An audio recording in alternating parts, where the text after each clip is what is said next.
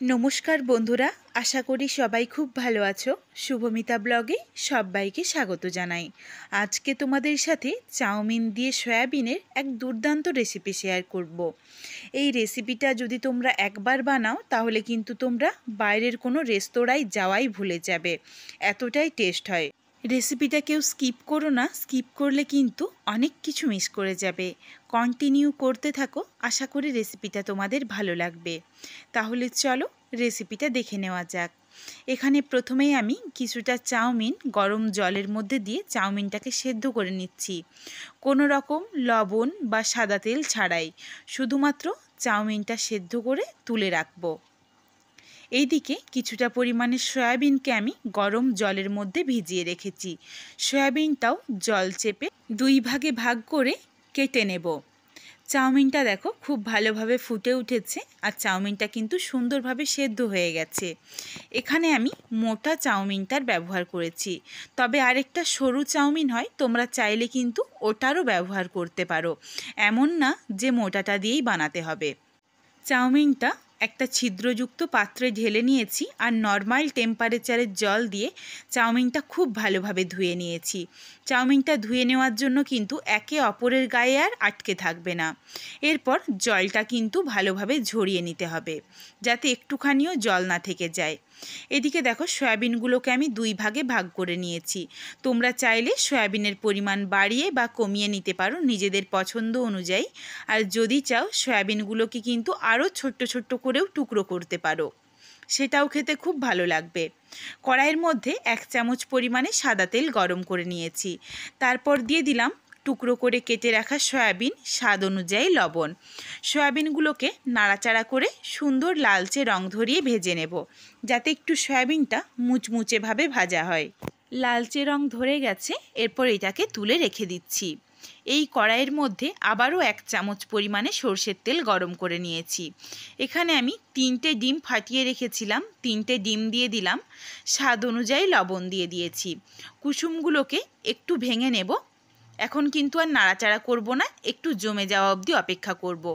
এইভাবে যদি ডিমটা ভাজা হয় তাহলে কিন্তু কালারটা যেমন সুন্দর আসে, তেমন কিন্তু ডিমটা একদম সফট হয়। একদম যেভাবে আমরা ঝুরি করে ভাজি তার থেকে কিন্তু এই ভাজাটা দেখতেও ভালো, খেতেও ভালো হয়। তোমরা চাইলে ডিমের পরিমাণটাও আরও বাড়িয়ে বা কমিয়েও নিতে পারো। ডিমটা দেখো নাড়াচাড়া করে নিয়েছি, শুধুমাত্র ডিমটা জমে গেছে, কোনো রকম কালার আসেনি। এরপর ডিমটা তুলে রেখে দিচ্ছি। কতটা কালারফুল দেখতে হয়েছে দেখো ডিমটা এইভাবে ভাজার জন্য। কুসুমের দিকটা হলুদ লাগছে আর সাদা অংশের দিকটা কিন্তু একদম ধপধপে সাদা। এটা কিন্তু একসাথে মিশিয়ে ফেটিয়ে নিলে এই সুন্দর কালারটা আসবে না। এরপর ওই কড়াইয়ের মধ্যেই আবারও আমি 2 চামচ পরিমাণে সরষের তেল অ্যাড করেছি। আমি চেষ্টা করেছি যতটা কম তেলের মধ্যে চাউমিনটা বানানো যায়। প্রথমেই দিয়ে দিলাম 2টো বড় সাইজের পেঁয়াজ কুচি।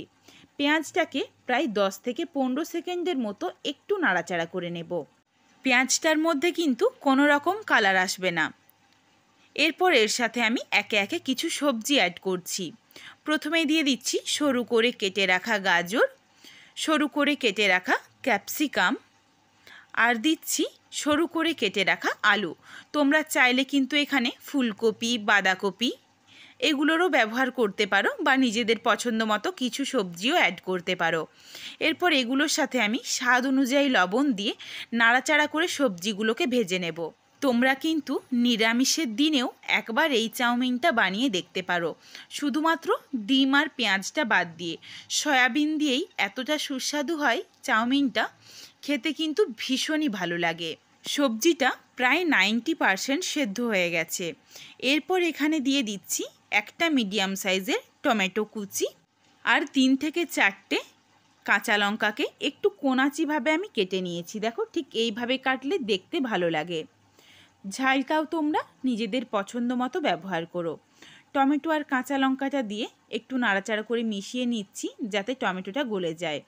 তোমাদের একটু আমি দেখো একটা আলু ভেঙে দেখিয়ে দিচ্ছি। আলুটা সুন্দরভাবে সুসেদ্ধ হয়ে গেছে। আর একটা টমেটোও দেখিয়ে দিচ্ছি, টমেটোটা দেখো একদম গলে গেছে। এরপর এখানে আমি কিছু সস ব্যবহার করব। প্রথমেই দিয়ে দিচ্ছি 1 চামচ পরিমাণে সয়া সস আর 1 চামচ পরিমাণে টমেটো কেচাপ। এটাকে ভালোভাবে নাড়াচাড়া করে একটু মিশিয়ে নেব। সুন্দর দেখো একটা কালার চলে এসেছে। এরপর এর সাথে দিয়ে দিচ্ছি সয়াবিন। ডিমটা কিন্তু পরে ব্যবহার করব। ডিমটা যদি এখনই দিয়ে দিই তাহলে কিন্তু এখনই ডিমটার মধ্যে একদম কালচে কালার চলে আসবে, কিন্তু একটু পরে দিলে ডিমটা কিন্তু বেশি কালার হবে না। প্রথমে আগে সয়াবিনটা মিশিয়ে তারপর ডিমটা দিয়ে দিয়েছি। ডিমটা দিয়ে শুধুমাত্র একবার হালকা হাতে মিশিয়েই দিয়ে দিচ্ছি চাউমিনটা। চাউমিনটা দেখো একদম ঝরঝরে রয়েছে, কোনো রকম তেল দেওয়ার দরকার নেই, আর হাতের মধ্যেও দেখো লেগে আসছে না। তোমরা দেখেই বুঝতে পারছো যে কতটা ঝরঝরে হয়েছে। এরপর নাড়াচাড়া করে মিশিয়ে নেব। চাউমিনটার মধ্যে সয়া সস দেওয়া রয়েছে, এই জন্য কিন্তু লবণের পরিমাণটা খুব বুঝে দিতে হবে। সয়া সসের মধ্যেও লবণ থাকে, আর প্রত্যেকটা সবজি ভাজার সময়ও আমি লবণের ব্যবহার করেছি। এই জন্য খুবই সামান্য পরিমাণে লবণ দিয়ে আবারও নাড়াচাড়া করে মিশিয়ে চাউমিনটা একটু ভাজা করে নেব। চাউমিনটা দেখো প্রায় রেডি হয়ে গেছে। কিছুক্ষণ সময় নিয়ে আমি ভেজে নিয়েছি। দেখতেই কতটা লোভনীয় হয়েছে, একদম ঝরঝরে আর দুর্দান্ত স্বাদের এই রেসিপিটা। নাবিয়ে নেওয়ার আগে এখানে আমি আবারও দিয়ে দেব 1 চামচ পরিমাণে টমেটো কেচাপ। লাস্টে যদি একবার টমেটো কেচাপটা দেওয়া হয় তাহলে কিন্তু এর টেস্টটা আরও ভালো আসে। আর টমেটো কেচাপের মধ্যে যেটুকু মিষ্টি রয়েছে খুব ভালো কিন্তু একটা মিষ্টি মিষ্টি ভাব চলে আসে চাউমিনটার মধ্যে। এরপর এটাকে একটা থালাতে নাবিয়ে নিচ্ছি। বাড়িতে অবশ্যই একবার সয়াবিন দিয়ে চাউমিনের একদম ঘরোয়াভাবে এই রেসিপিটা বানিও। আর রেসিপিটা তোমাদের কেমন লাগলো আমাকে কমেন্ট করে জানাতে ভুলো না কিন্তু। রেসিপিটা যদি ভালো লাগে তাহলে লাইক করো, শেয়ার করে বন্ধুদের দেখার সুযোগ করে দিও। তোমরা যদি এই রকম নিত্য নতুন রেসিপি আরও পেতে চাও তাহলে অবশ্যই আমার চ্যানেলটিকে সাবস্ক্রাইব করে পাশে থাকা বেলটি অন করে অল নোটিফিকেশান অন করে দিও, যাতে আমার প্রত্যেকটা রেসিপির নোটিফিকেশান সবার প্রথমে তোমাদের কাছে পৌঁছে যায়। আবারও খুব শীঘ্রই হাজির হচ্ছি নতুন কোনো এক রেসিপি নিয়ে। পরবর্তী রেসিপি দেখার আমন্ত্রণ রইল। পুরো ভিডিওটা দেখার জন্য অনেক অনেক ধন্যবাদ। তাহলে আজকে আসি, সবাই ভালো থেকো।